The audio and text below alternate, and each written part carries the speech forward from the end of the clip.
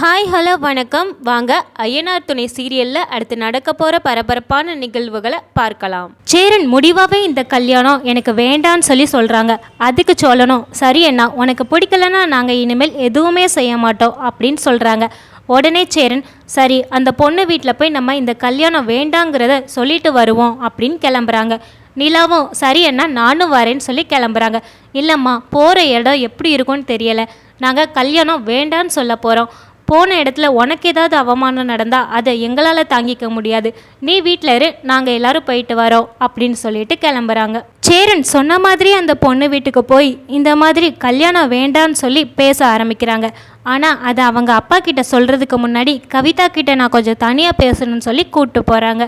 போன இடத்துல இந்த மாதிரி என் தம்பி தான் நான் நல்லா இருக்கணும், என் வாழ்க்கை நல்லா இருக்கணும், அதே மாதிரி நான் கல்யாணம் பண்ணிக்கணும் அப்படிங்கிற ஒரே ஒரு எண்ணத்துக்காக இந்த பொய்யை உங்ககிட்ட சொல்லிட்டாங்க.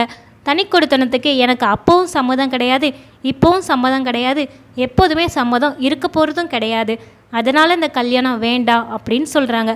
இதை கேட்டதுமே கவிதா கோபமும் படுறாங்க, அதே அளவு வருத்தமும் படுறாங்க.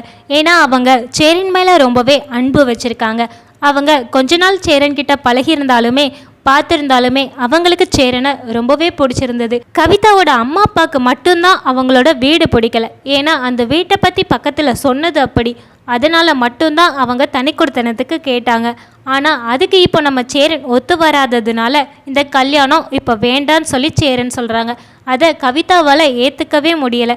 ஏன்னா மனசார அவங்கள விரும்ப ஆரம்பிச்சிட்டாங்க நம்ம கவிதா. வெளியில் வந்து அவங்க எல்லார்கிட்டையுமே சொல்கிறாங்க, இந்த மாதிரி அவங்க தம்பி தான் இந்த கல்யாணம் நல்லபடியாக நடக்கணுங்கிறதுக்காக இந்த தனி கொடுத்தன விஷயத்த சேரன் கிட்ட சொல்லலை.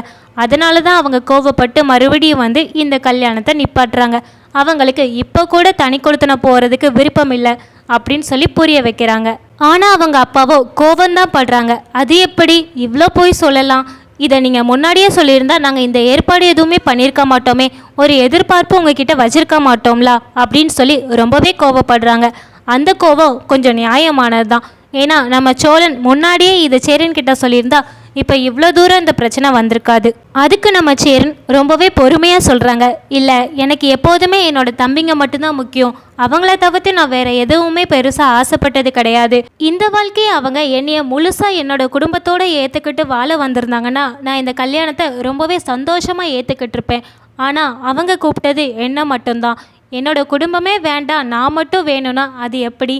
எனக்கு தனி கொடுத்தன இந்த கல்யாணம் வேண்டவே வேண்டாம், எனக்கு எப்போதுமே சந்தோஷம் என் தம்பிங்க கூட இருக்கிறது மட்டும்தான் அப்படின்னு சேரன் புரிய வைக்கிறாங்க. சேரன் சொன்னதுமே கவிதாவோட அப்பாவும், சரி உங்களுக்கு இஷ்டம் இல்லைன்னா அந்த கல்யாணத்தை பண்ணி வேஸ்ட்டு தான், ஆனால் சோழன் சொன்ன பொய்யை எங்களால் மன்னிக்க முடியாது, ஏன்னா அவங்க அந்த புரோக்கரை அனுப்பி இப்படி ஒரு பொய் சொல்லாமல் இருந்திருந்தா இந்த கல்யாண ஏற்பாடை நாங்கள் பண்ணியிருக்கவே மாட்டோம். ஆனால் இதில் ஒரு வித சந்தோஷம் என்னதான், நல்ல வேளை நீங்கள் இந்த விஷயத்தெல்லாம் இப்போவே சொன்னீங்க, இதே கல்யாண மேடை வரைக்கும் போயிட்டு என் பொண்ணுக்கிட்ட நீங்கள் இந்த விஷயத்த சொல்லியிருந்தா அவள் மனசுடைஞ்சு போயிருப்பா. அந்த விதத்தில் நான் உங்களுக்கு நன்றி சொல்லிக்கிறேன், நீங்கள் கிளம்புங்க தம்பி அப்படின்னு சொல்லி வழி அனுப்புகிறாங்க.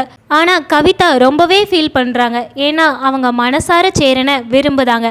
ஆனால் அப்படி இருக்கும்போது இவங்க தனி கொடுத்தன விஷயத்த மட்டும் வேண்டான்னு சொல்லியிருந்தா இந்த கல்யாணம் கண்டிப்பாக நடந்திருக்கும். சரி, நீங்கள் என்ன நினைக்கிறீங்கன்னு கமெண்ட்டில் சொல்லுங்கள். உங்களுக்கு இந்த வீடியோ பிடிச்சிருந்தா லைக் பண்ணுங்கள். தொடர்ந்து இந்த மாதிரி வீடியோக்களை பார்க்க நம்ம சேனலை சப்ஸ்கிரைப் பண்ணுங்கள். தேங்க்யூ ஃபார் வாட்சிங்.